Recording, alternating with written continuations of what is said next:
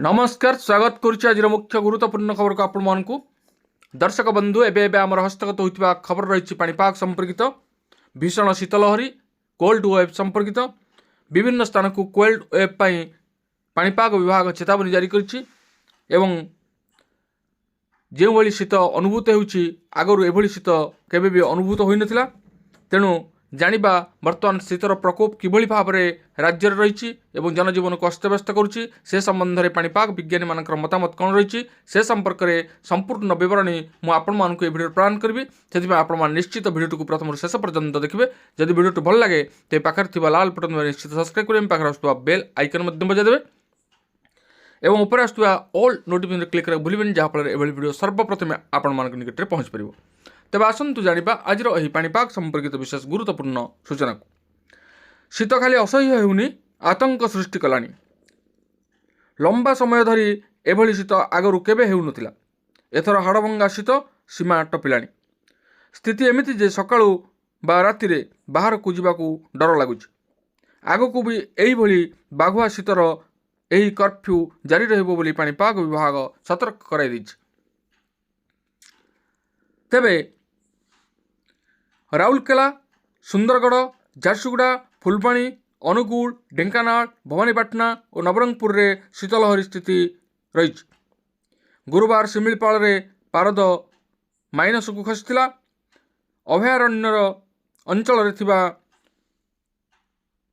उपर बराह कामुड़े रातिर तापमात्रा -1 को खसीला।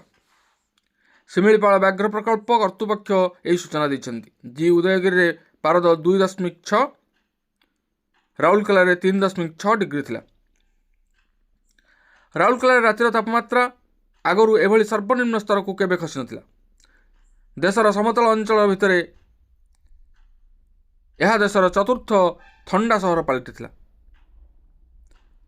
देशर 25 सहर रे रातिर तापमात्रा 10 डिग्री बा एहाठारु तले थिला। खाली 25 स्थान नुहे पूरा ओडिशा जाड़े थरीथिला। झारसुगुड़ा 4.6 रेकर्ड करा जायथिला तापमात्रा। एठार रातिर तापमात्रा स्वाभाविक ठारू 7.2 डिग्री कम रही। भुवनेश्वर रे असह्य शीत होउथिला। एठारे पारद 9.4 डिग्री खसीला। स्वाभाविक ठारू 5.6 डिग्री कमिथिला तापमात्रा। कोरापुट रे स्वाभाविक ठारू 3.3 फुलबाणी 3.1 डिग्री कमिथिला तापमात्रा। गोपालपुर स्वाभाविक ठारू 3.5 और बालेश्वर 3.6 डिग्री कमिथिला। अनुगुल झारसुगुड़ा भीषण शीतलहरी स्थिति जारी रही। कटक खोर्धा सुंदरगढ़ रे शीतलहरी जारी रही। एवर्ष भली पूर्वर एते भीषण शीत नथिला। पुणी लगातार अधिक दिन धरी शीत अनुभूत हेउ नथिला। मेघ सृष्टि हेउ नथिबारु एभली स्थिति सृष्टि होइछि बोली विशिष्ट पाणीपाग विशेषज्ञ प्रोफेसर सुरेंद्रनाथ पशुपाल कहते। उत्तर भारत और केंद्रीय भारत में गुरुचाप बलय रही। यह द्वारा उत्तर वायुमंडल में स्थिरता आसी। फल झारखंड पश्चिमबंग एवं ओडिशा रे मेघ सृष्टि होना। मेघ नथिबारु रातिरे भूपृष्ठर आकाश को विकिरण अधिक होउछि। यह तापमात्रा कमाइबा सह अधिक शीत कराउछि। एवर्ष पश्चिम वायु प्रभाव रहु नथिबारु राज्य रे वर्षा हेउ नाही। वायुर आर्द्रता कम रोचे। वर्षा और आर्द्रता वायु तापमात्रा को कमाई थाए। सुखिला और शुष्क वायु जो उभय दिन और रातिर तापमात्रा कमुची बोली से कहते। पुणी यही सप्ताह वायुर बेग अधिक रही।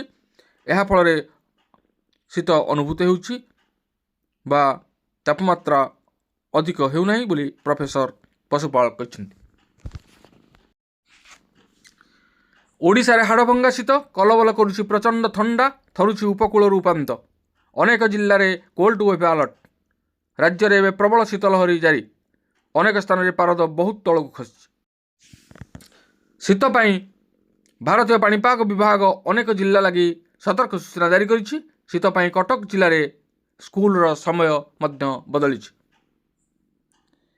प्रबल ठंडा और घन कुहुड़ी तथा अनेक परीक्षा को दृष्टि रखी प्रति शनिवार स्कूल समय परिवर्तन कर।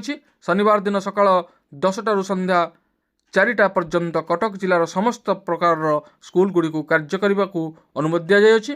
कटक जिलापाल दत्तात्रेय भाऊ साहेब ସିନ୍ଧେଙ୍କ ପକ୍ଷରୁ ଏ ସଂକ୍ରାନ୍ତରେ ନିର୍ଦ୍ଦେଶନାମା ଜାରି କରାଯାଇଛି। ତେବେ ଏ ଥିଲା ଆଜିର ପାଣିପାଗ ସମ୍ପର୍କିତ ଏକ ବିଶେଷ ଗୁରୁତ୍ୱପୂର୍ଣ୍ଣ ଖବର। ଆଜି ପାଇଁ ଏତିକି, ପୁଣି ଦେଖା ହେବା ଆଗାମୀ ଭିଡ଼ିଓରେ। ରହୁଛି ଧନ୍ୟବାଦ, ନମସ୍କାର।